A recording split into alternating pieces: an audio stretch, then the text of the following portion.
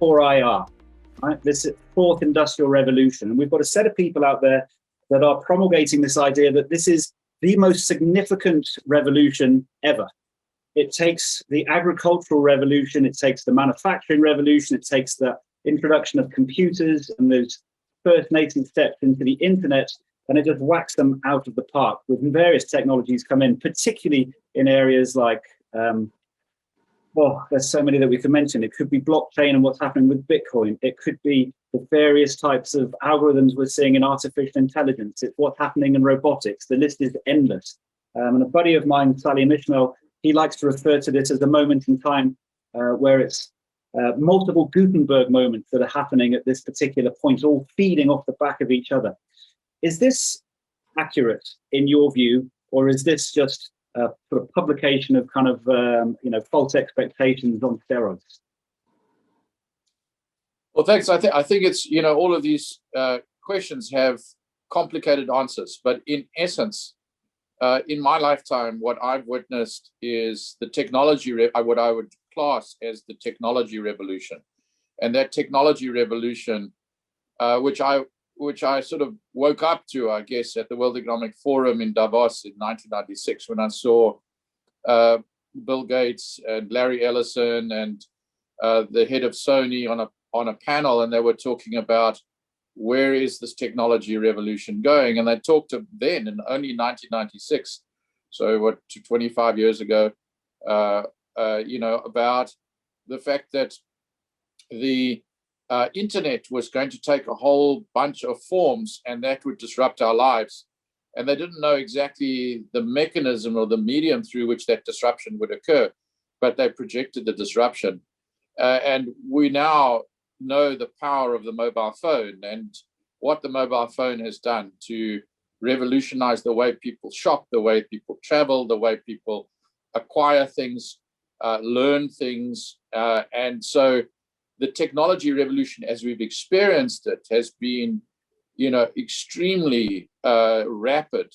And we haven't yet seen the see-through effects, I think, of the fourth industrial revolution in the form of how it's affecting the industrial world, the employment world, jobs, skills, and so on. It is there if you listen to the likes of Siemens or Amazon, or how manufacturing is taking place through the world.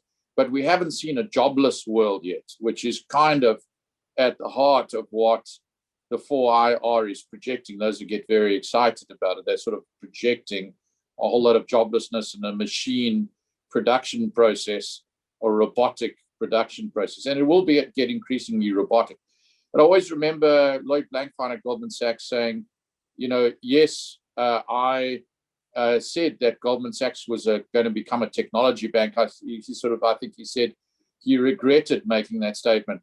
But he said, the truth is that banking and financial services is going to become more tech-like, and technology companies are going to assert themselves into the financial world, just as Walmart is going to become more Amazon-like, and Amazon is going to become more Walmart-like.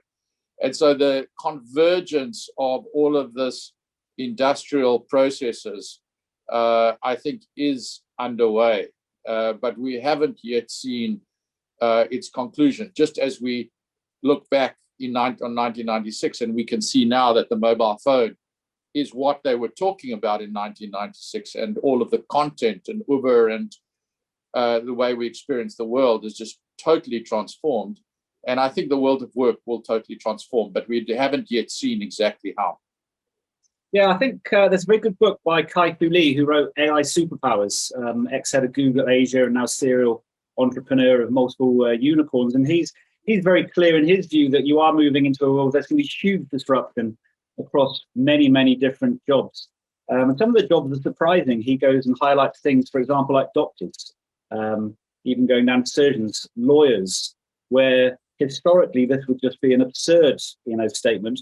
Equally, he goes and highlights jobs that he thinks are going to become even more important, things which are perhaps more humane, things like nurses, or even just running families, and helping people. Are you in that movie where we're going to go and see this rapid removal of certain jobs at a speed which is far faster than what happened on the agricultural revolution? Yeah, but before we go to how it's going to affect the jobs, I think it's going to affect how people experience. I mean, if, for example, you go to a doctor, I think what's going to happen increasingly in our hospitals, particularly in the post-COVID world, is, the next generation's medical records are all going to be digitized. So doctors, hospitals, and so on, it's going to become a very different experience. The old world of going to your GP, and the GP opens this massive file with your lifetime of health checks. That's going to go. He's going to have it all on his phone. And for that matter, you might have your operations online.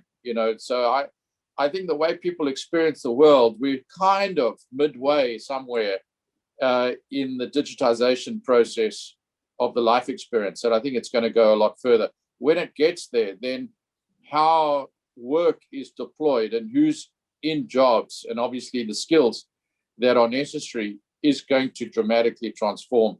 And obviously, net for a place like Africa, it means that higher skilling is going to be the name of the game. And the lower skilled jobs are going to be under threat, which raises huge amounts of issues about unemployment and how people are going to source income. Yeah, absolutely. Now, we've got two arguments on that. One is it could be net positive because, like with mobile technology, we jumped over a layer. We didn't have to go and put some expensive infrastructure that had been done in the first world.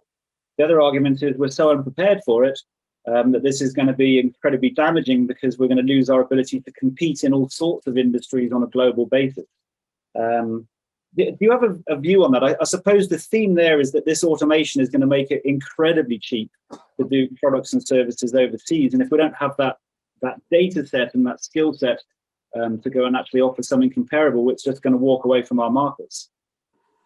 Yeah, look, there are going to be whole industries that are much more active. For example, data centers, and you're already seeing in Cape Town, in Johannesburg, the creation of data center operations, and actually, private equity firms very, very active in funding and operating those because they attract very high multiples on exit and so on and so forth. So you're going to see a bunch of capital investment and a bunch of financial mobilization into the space that is going to be, quite noticeable and dramatic. I think the answer is that you're going to have both disruption and you're going to have new creation, and it's going to be a hybrid. So, but it's interesting to watch the Biden election campaign and the new administration, because their whole promotion of effectively ESG investing and energy and climate change, providing a new window on capital investment on a very large scale, and effectively repurposing the infrastructure in the United States is a good example of the fact that provides jobs, it provides capital investment opportunities, it provides huge wealth creation opportunities, and it means eliminating old infrastructure. In South Africa, the just transition away from the coal industry, for example, is going to have to be faced. And I know Andre de Ruyter, the CEO of Eskom, is very actively engaged in thinking about how that will take place and how renewables will go into the mix, and the extent to which effective clean energy sources are going to replace dirty energy sources. And then you go to a place like Nigeria, where you have effectively diesel as the dominant energy source. It's the most expensive for the country and for the small businesses, and it's the most polluting. But effectively, there's a cartel operating of those who are benefiting from the production and the distribution of diesel and the consumption of diesel that is very, very powerful in the country. There's no other explanation as to why they don't have new large sources of energy to displace this expensive and polluting energy sources. And I think in Africa, for example, just as you mentioned, the mobile phone disrupted fixed line and completely replaced it, you'll get the same in energy with battery-fired power, for example, disrupting and replacing eventually the diesel vested interests in those economies. This must put Andre and Eskom in a very difficult position.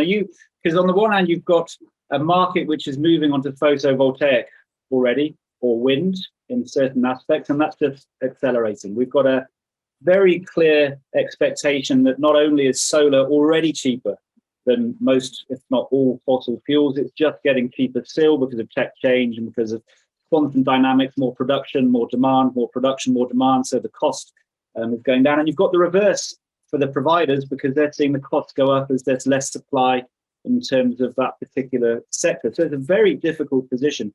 Are you disappointed about the rate of progress Eskom have been making to push for the green energies?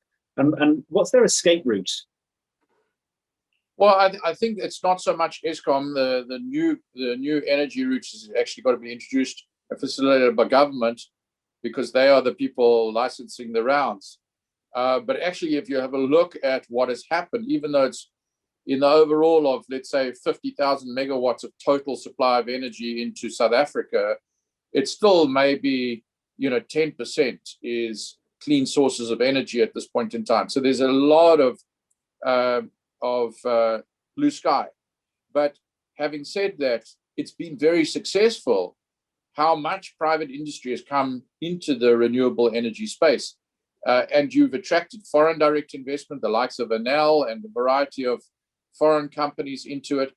And I think South Africa's climate, just its natural gift of climate makes it a very natural place for clean sources of energy to come in. So I think there's alignment of interest, and obviously government must accelerate the licensing rounds and make that happen.